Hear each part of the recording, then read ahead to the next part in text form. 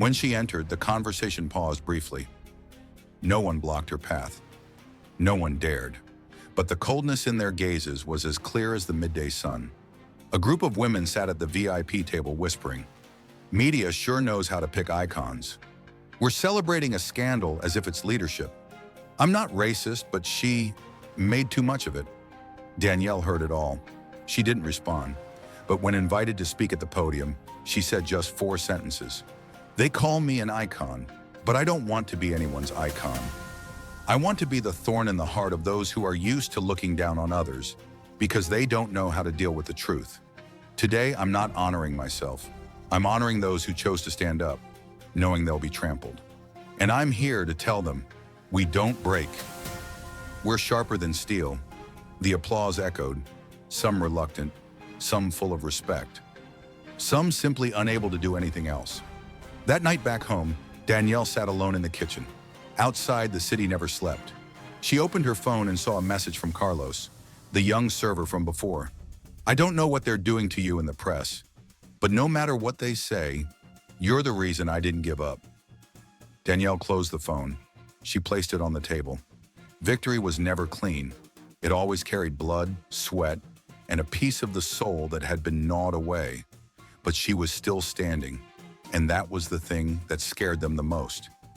Geneva, the International Leadership Conference on Diversity, Heritage, and Power, was a place where power didn't need to shout to be heard.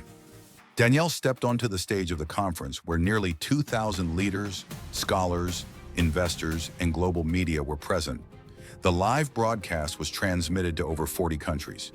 In the front row sat the UN Secretary General. To the left, the CEOs of the largest corporations in the world. But Danielle didn't tremble. She wore a white suit, cut sleekly, not hiding her curves, nor flaunting them. Her hair was tied up, and her face almost bare. She wasn't there to perform. She was there to exist, truly. The host announced, "Please welcome the woman who didn't just live in history, but rewrote it, line by line, Danielle Harrington." The applause was loud, not thunderous, but steady, respectful, expectant. I'm not here to list my achievements, nor am I here to represent anyone or be a role model. I'm here to tell the truth. I had to fight to be seen as real, in a world that believes I am a mistake. I'm not the first to be doubted because of my skin, my walk, or my voice that doesn't sound like those who sit at the big table. But perhaps I'm one of the few who had to prove my presence by removing my own name from a system I created. Discrimination today doesn't need to shout. It wears a nice suit, speaks sweetly, and sets procedures to disguise exclusion. It says, "You're too sensitive. Don't make a big deal out of it. You must have misunderstood." But those very words are how they've kept us silent for so long. I don't win because I'm perfect. I win because I refuse to shrink myself so others can feel bigger. And if you've ever heard someone say that you don't belong, that you shouldn't be here, remember, you don't need an invitation to exist. Bring your own chair and build your own table. Danielle bowed her head. The silence that followed lasted for 5 seconds, then erupted. The entire auditorium stood. Those who had once whispered about her now applauded. Not because they changed overnight, but because the truth had cut through the disguise they had worn all along. After the speech, while Danielle was signing some post-event documents, a woman entered the backstage room. It was Rebecca Hunt, neat blonde hair styled up, wearing a simple black dress. "I'm not here to mock," she said without greeting. "I'm just here to say, you've made them afraid." Danielle didn't say anything. Rebecca continued, "They won't forgive you. You made them feel small. And those who are used to being big will always find a way to drown out what makes them feel inferior. Do you have a plan yet?" Danielle looked straight into her eyes. "Yes, I won't die. I'll get bigger." The following week, Danielle received a photo sent to her office. In the photo was Carlos, the young server, standing in front of the gate of Stanford University, wearing a red hoodie holding a sign that read, "I'm the server from that day. Now I'm a student in the Department of Technology." At the bottom, in sloppy handwriting, was the note, "They told us we don't belong in those places. You made me understand. We are the reason those places should exist." Danielle looked out the glass window. It was snowing again. This time she didn't flinch. Honor. It's not something to beg for. Honor. It's something you reclaim when you dare to look straight into the eyes that once looked down on you. And never blink. Denver, 5:18 a.m. Gate C. A cold, pale space under fluorescent lights. The smell of cleaning products. Weak coffee and yesterday's sweat still linger. Some people are still half asleep, their red eyes and the sound of suitcase wheels screeching on the white tiled floor. In a quiet corner of Gate 27, a black man sits alone. No phone, no laptop, no one with him. Jim Carter, 78 years old, former sergeant of the United States Marine Corps, a veteran of the Khe Sanh battlefield. Dark-skinned, with white hair, his back still straight as it was during drills. He sits motionless, not because he's tired, but because he's used to being looked at as if he doesn't exist. In this world, he learned long ago that to earn respect, a black man must be perfect. On time, dressed properly, no complaints, no disturbances, not noteworthy, and he lived exactly like that. A worn overcoat draped over his shoulders, polished black leather shoes. His small bag neatly placed by his left foot. The faded inscription on the strap still reads, Carter F. This isn't a flight, this is a mission. His granddaughter, Janelle, will graduate from the United States Naval Academy at Annapolis. For the first time in the Carter family, a woman will wear the uniform. She once called him my hero. Now it's his turn to stand up for her. Jim doesn't have much, but he has saved enough to book seat 14C, an aisle seat, with room for his left knee, the one that was shattered by shrapnel 57 years ago. He doesn't ask for privileges. He just needs a seat he paid for, to sit without suffering like hell for 5 hours. When the first group of passengers is invited to board, he stands slowly, one hand holding a cane, the other carrying his bag. No one helps, no one greets him. The ticket scanner yawns, not even looking at him. Jim is used to that. A black man, limping, silent, invisible. Inside the plane, he finds his row, 14C. He sets his bag down and lowers himself deliberately. His breathing slows, slightly trembling. His knee cracks, but he doesn't groan. He has endured worse. He closes his eyes, letting his back rest against the seat. A rare moment of peace, but he knows well, peace never lasts for someone like him.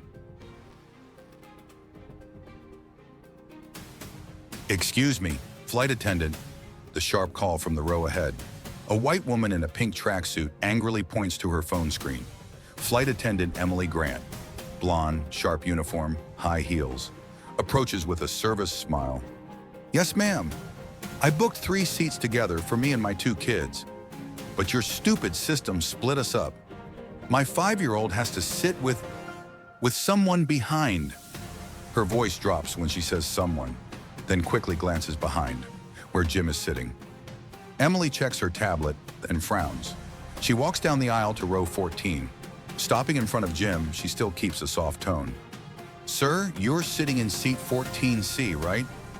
Jim opens his eyes politely. Yes, that's right. Jim Carter. We have a family that got split up during the booking process. Your seat and the 2 adjacent ones are the only 3 together. I'm sorry, but could you move to seat 32B? Jim frowns. I'm sorry, but I booked this seat for medical reasons. I have a doctor's note. I need to stretch my leg. The seat at the back will make my knee numb the entire flight. Emily hesitates. I understand, sir, but if we don't change, the plane won't be able to close the door on time, and that will affect all the passengers. Before Jim can respond, a voice from the row behind cuts in, cold. Come on, man, just move already. You're holding us all up. Jim turns his head. A white man, about 40 years old, wearing a polo shirt and a baseball cap, is glaring at him as if he's trash. The man continues louder. Figures. Always gotta make it about yourselves, huh? Special treatment and all that crap. Whispers spread quickly throughout the cabin. A young woman huddles into her seat and whispers to her boyfriend. Every time these black guys want special rights. Like anyone else doesn't have their issues. Jim remains silent. He's heard these words his whole life. Not everyone yells nigger, but they don't need to.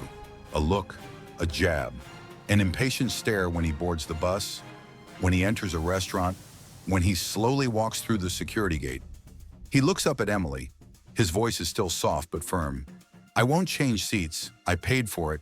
I have a legitimate reason, and I won't let anyone order me around like I'm a burden. Emily tilts her head, stepping back half a step. The woman in the pink outfit stands up, pointing at him.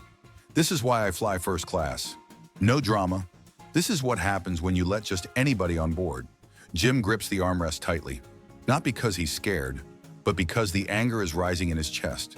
But he says nothing, because in moments like this, he understands. If he reacts, he will be the problem. If he stays silent, he will still be the problem. His skin, always the problem. Emily looks around. The cabin is waiting. The crowd doesn't want anyone to resist. They want silence. They want to take off.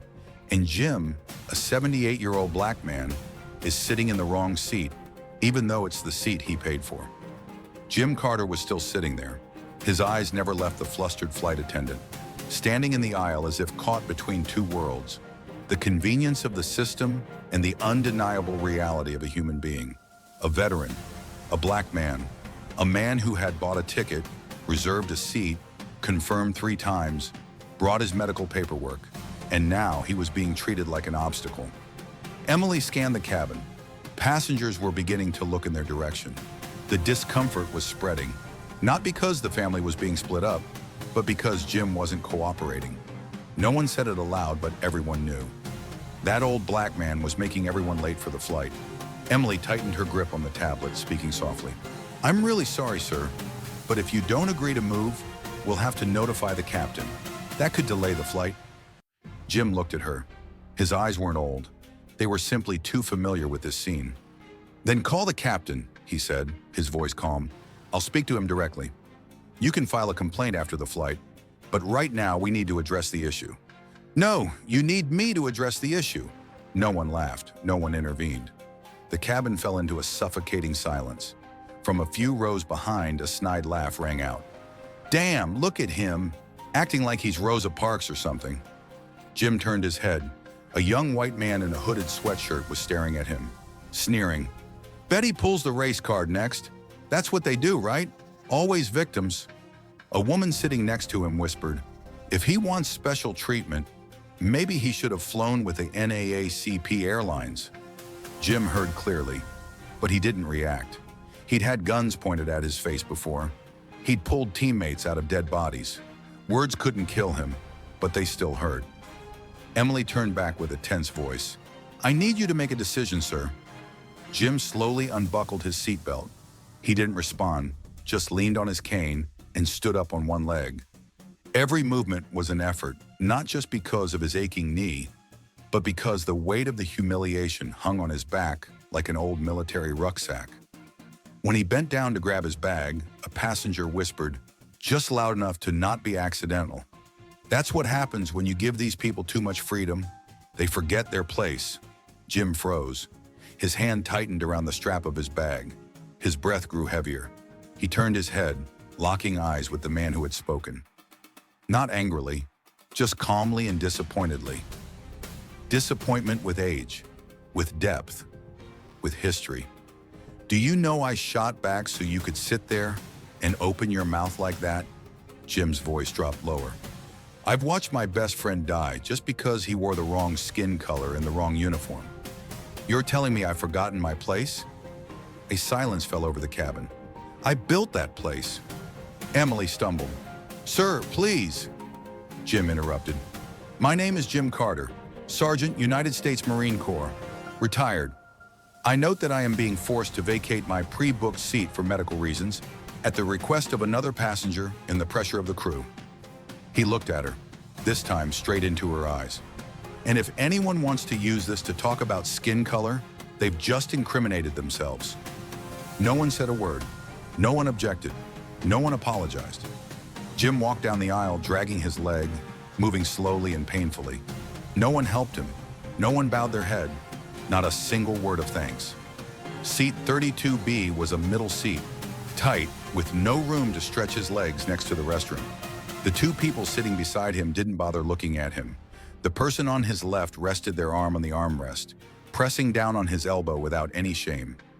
Jim sat down, gritting his teeth as his knee was forced into a bend. He gasped for breath, trying not to grimace. Pain didn't make him cry, but the invisibility did. A bag fell lightly onto his lap from the overhead compartment. The woman retrieved it, looking at him as though he didn't exist. Jim placed his hand on his thigh, his eyes closed. Not to sleep, just to resist feeling like an unnecessary object. 3 rows ahead, Charlotte Hayes observed from across the aisle. Her gaze landed on Jim, his thin frame, hunched shoulders, and old hands motionless on his lap. She had heard everything. She had seen everything, and she couldn't stay silent. She took out her phone, texted, "Passenger Jim Carter, forced to give up aisle seat 14C despite medical necessity. Currently cramped in 32B, crew dismissive, racial implications strong, please escalate. Flight 306, no hashtags, no number sign justice period, no rushed video footage. Just one line. Sent." Because sometimes courage starts with documenting the truth. The loudspeaker in the cabin echoed, cold and steady, "Please fasten your seatbelt and prepare for takeoff. The cabin door will close in a moment." Jim remained seated in seat 32B. His left leg was drawn up painfully, pressed against the metal of the seat in front. The light above flickered intermittently. To his left, the white man in a suit made no effort to remove his hand from the armrest. To his right, a young student wore headphones, unaware, or deliberately ignoring, the fact that the elderly man beside him was enduring every second. Jim didn't need an apology. He only needed someone to look at him as a human being. Up ahead, Charlotte Hayes did not reopen her laptop. She sat still, her eyes fixed on Jim. She didn't know why she was so moved, but something in the way Jim sat, neither resentful nor surrendering, yet desperate in silence, made her throat tighten. Her phone buzzed in her hand. "Transferred to operations. Action is being reviewed. Please hold the line." In the cockpit, Captain David Miller had just finished checking the controls. A serious man, 23 years of service in the Air Force, more than 11,000 flight hours, unaccustomed to carelessness, especially when it came to honor. The screen in front of him lit up, a critical message from operations. Passenger Jim Carter, veteran, medically documented seat 14C, forcibly relocated to 32B. Passenger reported racial tension and disrespect by cabin crew. Report initiated by C. Hayes, Diamond Elite. David furrowed his brow. Jim Carter. The name wasn't unfamiliar. He ransacked his memory.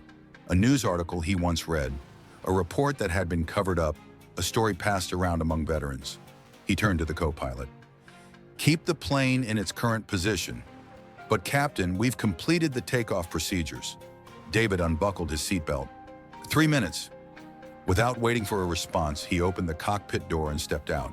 The entire cabin seemed to freeze in that moment. No introduction was needed. Captain Miller's presence carried an energy that no one could ignore.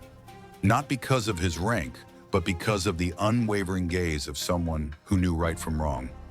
Charlotte was the first to notice him.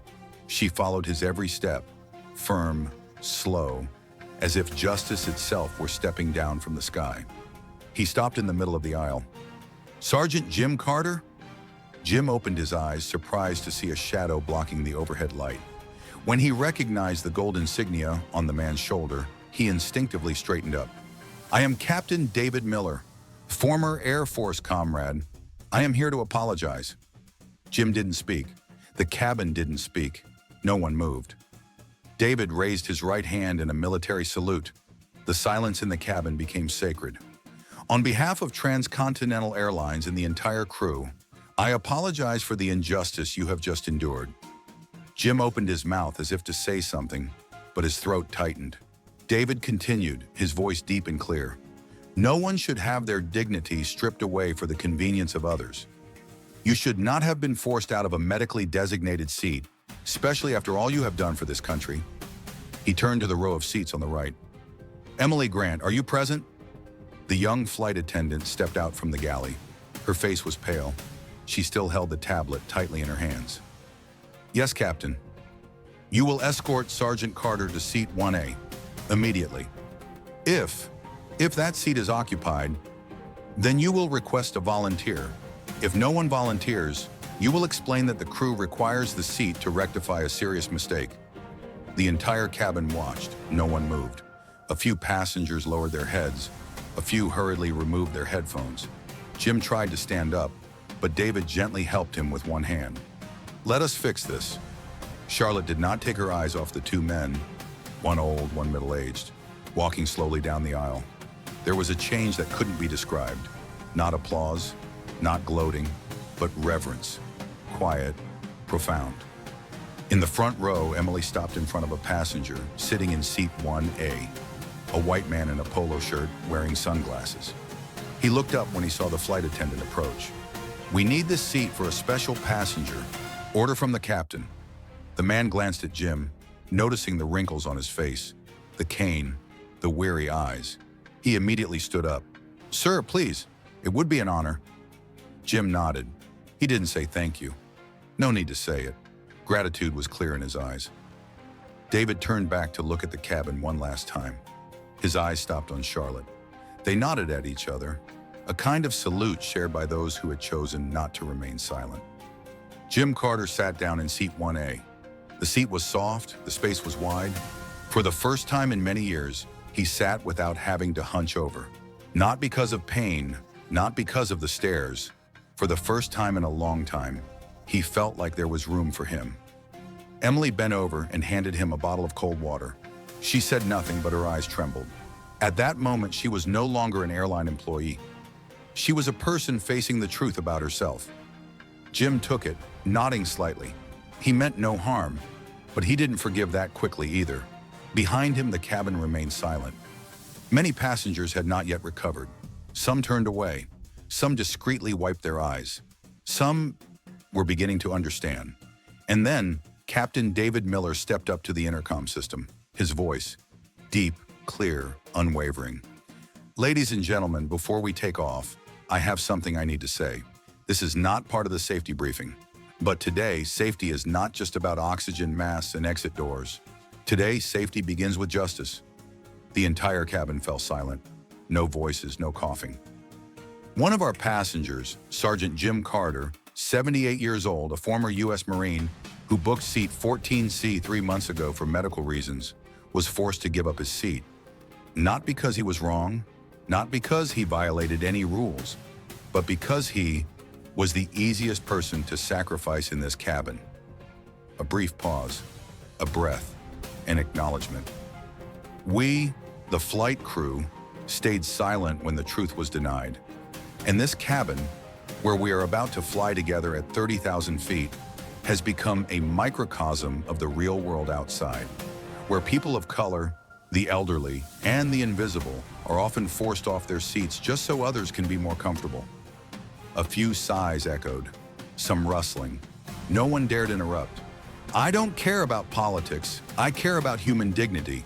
And today, when a man who once stood between bullets to protect his comrades was pushed out of his own seat, this flight does not deserve to take off. Silence, then a lone clap from the back. A second later, another, then more. And the whole cabin erupted into applause, spontaneous and unprompted. Charlotte tightened her grip. For the first time in years, she felt that hope was real. Not because there was a hero, but because the truth was spoken. Loudly, publicly, without evasion. David was not done. "I do not wish to apologize on behalf of the airline. I want to apologize as a man who wore the same uniform Jim once wore. A man who knows what honor is, what sacrifice is, and what it feels like to be forgotten." His voice grew quieter. "If that makes this flight 10 minutes late, I will accept every minute of it with pride." He turned off the mic. A second round of applause erupted. Louder, stronger, and more genuine. Not because he was the captain, but because, for the first time, in a cabin full of strangers, someone had said the right thing. Jim didn't clap. He didn't need to. He just sat there, quietly, back straight, eyes looking out the window. Charlotte turned her head to look at him. Their eyes met. No words were spoken. None were needed. Because in that look, there was an answer. "I see you, and I stand with you." The airplane gradually settled down. The engines hummed steadily and the lights softened. But the atmosphere in the cabin was no longer the same. A different kind of silence spread. Not the silence of confusion, but of reverence. A wordless recognition, slowly soaking into each row of seats like morning light slipping through thick clouds. Jim sat in seat 1A, his hand resting lightly on his thigh. The window next to him reflected the early sunlight. He still said nothing. There was no need to say anything. His back remained straight. Yet inside something was breaking. It wasn't anger. It wasn't pride. It was the peace he had waited for almost a lifetime. The soft sound of footsteps echoed behind. A young man about 30 with a shaved head, wearing an old hoodie and faded jeans, walked slowly toward the front row. He stood before Jim, stiff, eyes red. His hands trembled. For a moment, Jim thought it was a passenger coming to apologize on someone's behalf. But that gaze, and it was not just an apology. The man took a deep breath and then spoke. "Staff Sergeant Carter Jim?" Jim looked up, tilting his head slightly. "That's me." The man swallowed hard, his voice hoarse. I'm Corporal Reeves, Leatherneck Base, Afghanistan, 2006. You probably don't remember me, but I've remembered you every day since then." Jim sat up straighter, squinting his eyes. Reeves continued, his voice shaking like breaking water. "That day, our vehicle hit a mine. The whole team was unconscious, fire everywhere. I thought I was going to die, but you rushed in, pulling everyone out, even though your knees were torn from the blast earlier. It was just you and me. I woke up just in time to see you use your bare hands to move burning metal to pull me out of my seat." He choked on his words. A brief silence. "I'm alive because of you." Jim said nothing, not because he didn't remember, but because he remembered too clearly. The dusty morning, smoke, screams, and the smell of burnt flesh mixing with blood. Reeves, who was just a young soldier who had just transferred, didn't scream or shout. He just trembled, eyes wide open. Jim had turned back, even though the order was to retreat. His hands were on fire. His knee was twisted. But he wouldn't let that boy die alone. Back in the airplane cabin, Reeves nodded slowly. "We were never in the reports. No medals, no names. But I want you to know, I've lived a life for you." Jim turned away, not to hide his emotions, but because he feared that if he looked for even one more second, his tears would betray him. Reeves lowered his head. "Excuse me." He stepped back and returned to his seat. But before sitting down, he tapped his chest lightly, an army salute, and placed his hand over his heart. No one laughed. No one whispered. There was only one man silently crying for being saved and at last for finally being able to say thank you. Jim turned back to look out the window, but now the world no longer blurred. Behind him, another passenger stood up cautiously. It was the man in the baseball cap, the one who had whispered a sarcastic remark earlier. Now he bowed his head as he passed by, saying just enough for Jim to hear, I'm sorry." Jim didn't respond, but he didn't need to. Not everyone must forgive right away, but everyone can start anew. Charlotte watched it all.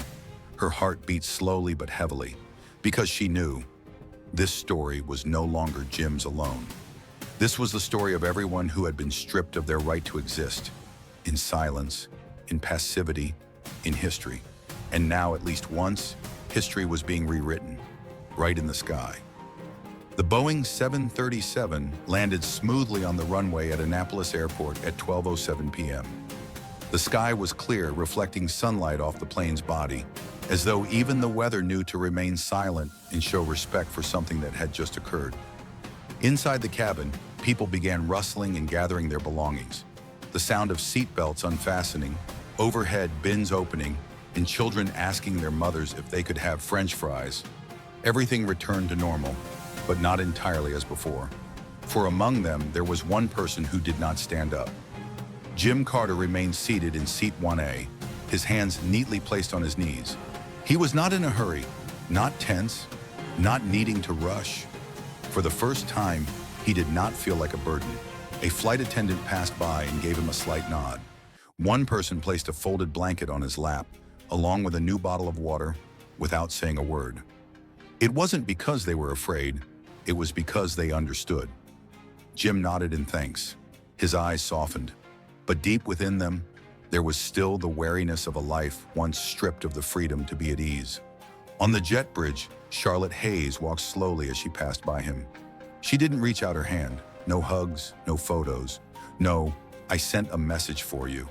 Instead, she simply placed her hand on his shoulder and whispered, "You reminded us that what is right should be done, even when no one else does." Jim didn't respond, but he gave a small nod, not to accept the compliment, but to acknowledge an ally. At the baggage claim area, a young woman in neatly pressed Navy uniform stood holding a hand-painted sign, "Welcome home, Grandpa Jim." When she saw him step out from the automatic door, carrying his old bag, walking slowly but steadily, she couldn't hold back her tears. Janelle ran up to him and hugged him tightly. "Your legs." Jim winced slightly as she hugged too tightly, but he didn't push her away. "I've been hurt worse than this," he said, smiling faintly. For the first time, his smile reached his eyes. That afternoon, they sat together at a small cafe near the base. Jim didn't recount what had happened. When Janelle asked, he simply said, "The seat wasn't good, but someone stood up." She didn't ask more. She knew that if that was enough to make her grandfather smile, then it was big enough to need no further explanation. That evening, Janelle checked her phone.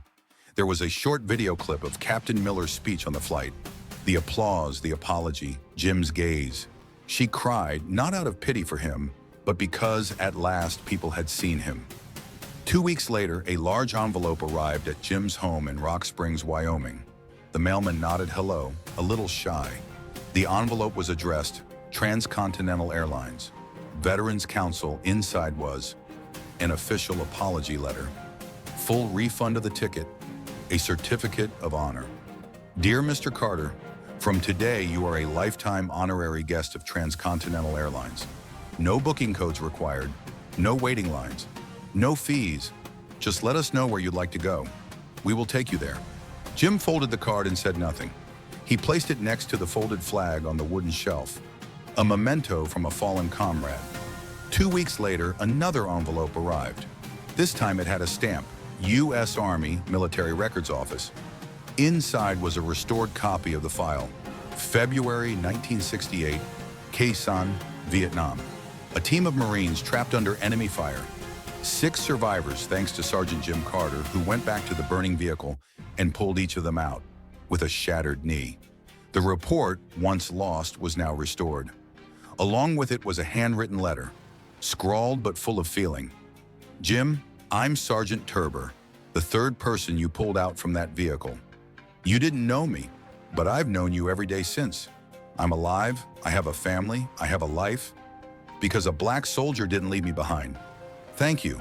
You were never invisible, not to us. James Lockhart, now Major General, Marine Corps. Comrade, always." Jim sat looking at the letter for a long time, not crying, just sighing, a little lighter than any breath he'd taken before. In his small house, there wasn't much. A flag, an old photo, a radio, a rocking wooden chair. But since that flight, there was something new in the air. Silence no longer carried the scent of loneliness. It was now a silence of reverence. Occasionally, he still walked out to the mailbox, limping, slowly, but his head was higher, his back straighter. And sometimes when he sat on the porch at dusk, watching the sunset behind the red hills, he smiled. Not because of pride, but because for the first time in decades, he had been seen and remembered. Not every sacrifice comes with a medal. Not every battle has a trumpet, but sometimes just a seat that means something is enough to restore the dignity that was forgotten. And when that happens, seat 14C is not just a seat by the aisle. It is a reminder that everyone, no matter the color of their skin, deserves a place to belong.